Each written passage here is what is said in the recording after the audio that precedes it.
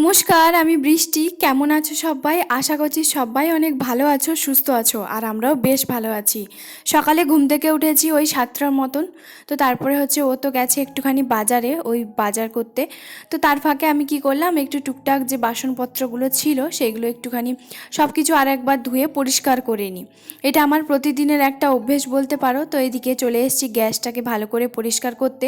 যেহেতু আমি প্রতিদিন রাতেই হচ্ছে গ্যাসটাকে পরিষ্কার করে রাখি, তবুও কি হয়, আমি তো বলেইছি যে গ্যাসটা পরিষ্কার করে তারপরে হচ্ছে তোমার বাদবাকি কাজগুলো পুরো রান্নাঘরের টাইলস থেকে শুরু করে মার্বেল পুরো ভালো করে চারদিক আমি ভালো করে আরও একবার জল দিয়ে পরিষ্কার করে নিই। আর এরপরে চলে এসেছি। সকালে যেহেতু প্রচণ্ড পরিমাণে ঠান্ডাটা থাকে, তো সেই জন্য এই চাদরটা বলতে পারো আমার হচ্ছে সম্বল। তো সকালে চাদরটা গায়ে দিয়ে একটুখানি ওকে খেতে দিয়েছিলাম, কারণ ও খেয়ে হচ্ছে অফিস গেছে। আর তারপরে এই যে ব্ল্যাঙ্কেটটা রোদে দিতে চলে এসেছি। রোদের কিন্তু আমার কোনো চিন্তা নেই, কারণ রোদ কিন্তু প্রচণ্ড পরিমাণে বেরোয়। যেহেতু আমরা ছাদের উপরেই থাকি, তবে একটাই অসুবিধে মনে হচ্ছে যে গরমকালে কি হবে। তবে কিছু করার নেই, নিচে থাকলেও গরম আর উপরে থাকলেও গরম গরম সব জায়গায়। আমি না গায়ে চাদর দিয়ে একদম কোনো কিছু কাজ করতে পারি না, না চাদর না সোয়েটার, যতক্ষণ পর্যন্ত ওটা না খুলছি ততক্ষণ পর্যন্ত আমি কোনো কাজে হাত লাগাতে পারি না।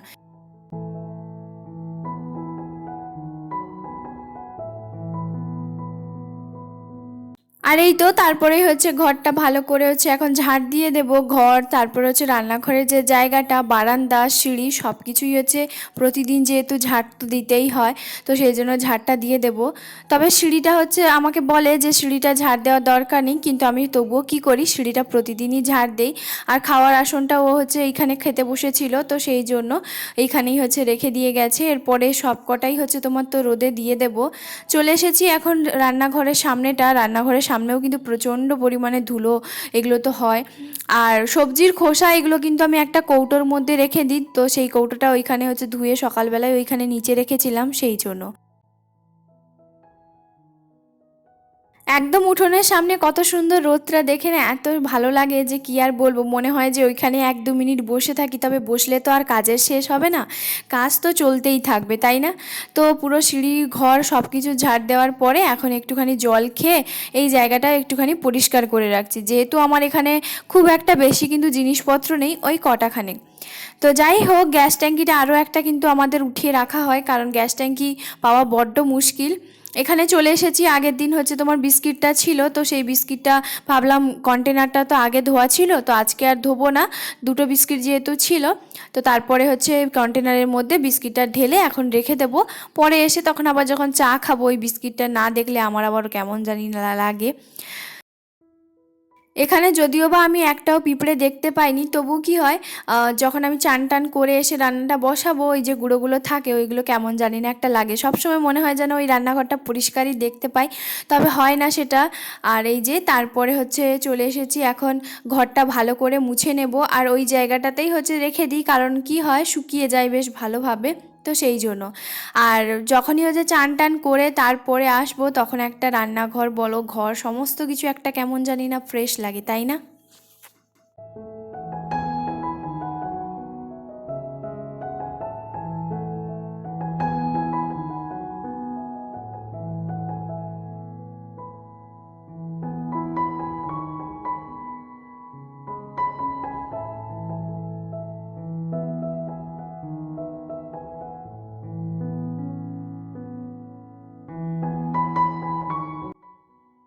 ও যেহেতু খেলতে যায়, তো তার জন্য দু একটা জামা ওর ছিল, তো সেগুলো একটুখানি কেচে ধুয়ে দেব অল্প একটুখানি সার্ফ দিয়ে, যেহেতু প্রতিদিনের জামা তো সেই জন্য। আর ও জানো তো, প্রতিদিনের জামা প্রতিদিন যদি কাচা পায় না, ও ভীষণ পরিমাণে খুশি হয়। যদি আমি না করে দিই, ও কিন্তু অফিস থেকে এসে নিজের কাজটা নিজে করে নেয়, তবে ওটা আমার কেন জানি না একটুখানি অদ্ভুত লাগে। আমি ভাবি যে না, চলো আমি তাহলে করে দিই। তো যাই হোক, এদিকে হচ্ছে ভালোভাবে রোদ তো উঠেই গেছে, আর এদিকে সব কিছু ভালোভাবে রোদে শুকিয়ে দেব। আর এই বেডশিটটা, এটা কিন্তু খুব একটা বেশি যদিও সময় লাগে না, খুব তাড়াতাড়ির মধ্যে শুকিয়ে যায়। আর এবারে সব কাজ সেরে এখন হচ্ছে চান করতে যাওয়ার পালা। আজকে একটুখানি যেহেতু বিকেলবেলা বেরোনোর আছে, তো সেই জন্য সব কিছু হচ্ছে একটুখানি চটজলদি করে তারপরে এই যে চলে এসেছি এখন ব্ল্যাঙ্কেটটাকে ওঠাতে। আর চান টান করে রান্নাবান্না আমার কিন্তু হয়ে গেছে, তো সেগুলো আর তোমাদের সঙ্গে শেয়ার করিনি, সেগুলো করতে গেলে ব্লগটা অনেকটা বড় হয়ে যাবে। আর তার ফাঁকেই কিন্তু ও চলে এসেছে। আর যেহেতু আমি রান্নাটা করে রেখে দিয়ে যাব, বাজার থেকে এলে কি কি হয় আমার ভালো লাগে না বাজার থেকে এসে রান্নাটা করতে। আর এই যে সয়াবিনের তরকারি, স্যালাড, আর হচ্ছে করেছি আলু, ভিন্ডি, টমেটো দিয়ে একটা মাখা মাখা তরকারি। তো আজকে কিন্তু মাছটা ওকে আমি বলেছিলাম যে আজকে মাছটা নিয়ে আসো না, আজকে সয়াবিনটাই নিয়ে আসো, কারণ ও আজকে একটুখানি খেলতে গেছিলো তো সেখান থেকে দেরি হয়ে গেছে। আর এই যে দুপুরবেলা খাওয়া দাওয়া করার পরে বাসনপত্র সমস্ত কিছু হচ্ছে তোমার ধুয়ে মুছে পরিষ্কার করে রেখে দেবো।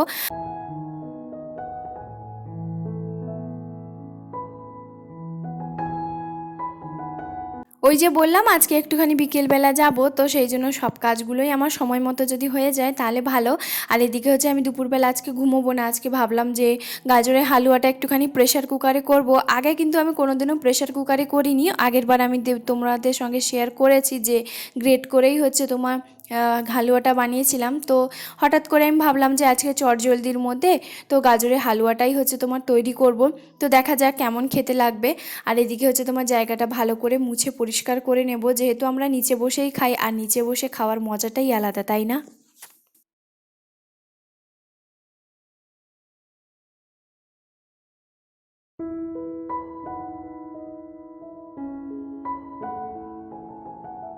আর এই তো এদিকে হচ্ছে গাজরটাকে ভালো করে ধুয়ে নেব, এখানে 600 গ্রাম গাজর আছে। তো তারপরে হচ্ছে গাজরের খোসাটাকে তো আগে ভালো করে ছাড়িয়ে নিয়েছিলাম, আর এইভাবে হচ্ছে গোল গোল চাকা চাকা করে নিয়েছি। আর এরপরে হচ্ছে ঘি আর এলাচ দিয়ে প্রেসার কুকারে দিয়ে ভালো করে ঢাকা দিয়ে দুধ কিছুক্ষণের জন্য একটু নাড়াচাড়া করব। আর তারপরে সবার শেষে হচ্ছে তো দুধটা দিয়ে একটুখানি সিটি লাগিয়ে দেবো, তাতে কি হয় ভালোভাবে সেদ্ধ হয়ে যায়। যেহেতু আমি এভাবে গোল গোল চাকা চাকা করে দিয়েছি, তবে খুব একটা কিন্তু খারাপ খেতে লাগেনি, তবে চটজলদির মধ্যে হয়ে গেছে তো সেই জন্য।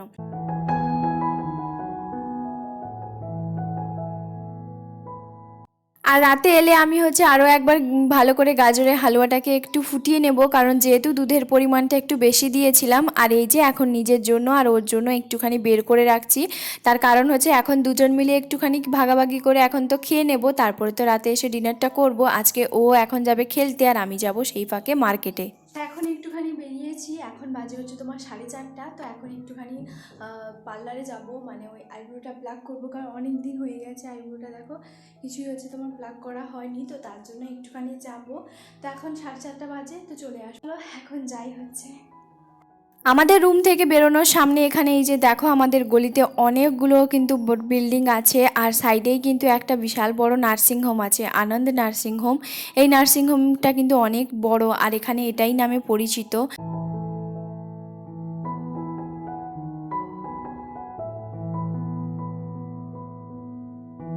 আমাদের রুম থেকে মাত্র 7 মিনিট কি 5 মিনিট মতন হেঁটে আসতে হয়, তবে হাঁটতে হাঁটতে বেশ আসাই যায়, তবে আমাদের রুম থেকে কিন্তু টোটোটা পাওয়া যায় না। তো ওই জন্যই আমরা হেঁটে হেঁটেই চলে আসি, আর 5 থেকে 7 মিনিট হাঁটলে কি এমন অসুবিধা হয়, তাই না? আর এদিকে এই যে বাজারটার ওই যে ঘরটা দেখতে পাচ্ছ, তো ওই ঘরের মধ্যে হচ্ছে তোমার পার্লারটা।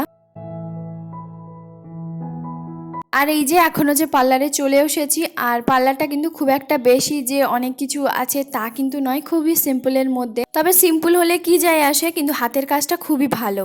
আর এদিকে বাড়ি চলে এসেছি, আমি যে বলেছিলাম যে ও একদিকে হচ্ছে তোমার শপিংয়ে যাবে, তো সেই জন্য ওইখান থেকে হচ্ছে তোমার প্যান্টটা নিয়েছে, খুবই সুন্দর, আর এটার দাম নিয়েছে ওই 2000 টাকা। আর এই যে ও এখন দেখাচ্ছে যে স্ট্রেচেবল প্যান্ট, ওর ভীষণই পরিমাণে প্যান্ট বলো বুট বলো ওর ভীষণ পরিমাণে একটা শখের জিনিস, আর ছেলেদের মনে হয় এই ছাড়া আর কি আছে, তাই না? কারণ মেয়েদের নানান ধরনের জিনিস আছে, নানান অনেক কিছু, কিন্তু ছেলেদের দেখবে সেই শার্ট প্যান্ট ওয়াচ এই সব ছাড়া আর ওদের মনে হয় কিছুই নেই, তবে ওরা ওটাই নিয়েই বেশি খুশি থাকে। আর নিয়ে এসেছি এখান থেকে হচ্ছে তোমার দুটো হচ্ছে তোমার বাড়িতে পরার জন্য হাফ প্যান্টগুলো। তো সেই প্যান্টগুলো হচ্ছে বলছে যে একটুখানি ছোট হয়ে গেছে, যেহেতু মল থেকে নিয়ে এসছে ও বুঝতে পারেনি, তাই আমি বললাম ঠিক আছে তুমি তো রাতে পরে ঘুমাবে, অসুবিধাটা কোথায়। তো যাই হোক খুবই সফট কিন্তু, আর মলের জিনিস কিন্তু যাই বলো খুবই ভালোই হয়, তাই না?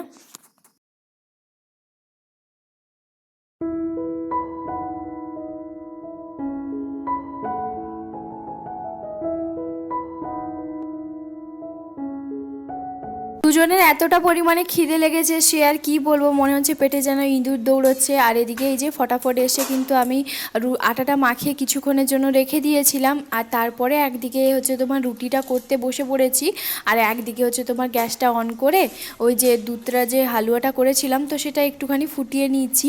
তবে আমি প্রথমে কী করেছি, ওর মধ্যে আর কিন্তু চিনি কিন্তু প্রথমে যেহেতু অ্যাড করা ছিল, তো টেস্টটা কিন্তু একদম পারফেক্ট এসেছিলো, ঠিক এসেছিলো। তবে একটুখানি মনে হচ্ছে দুধের পরিমাণটা বেশি হয়েছে, তবে খেতে যে খারাপ লেগেছে তা নয়।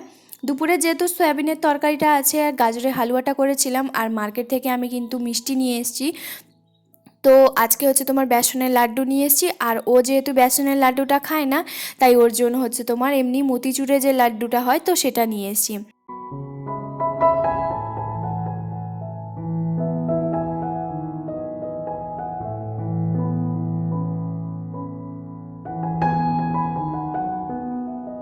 আর আজকের ডিনারে কিন্তু অসাধারণ, কারণ আজকের ডিনারটা কিন্তু একদম রং বেরঙের, সাদা, হলুদ, সবুজ, লাল সব কিছু ধরনের আছে।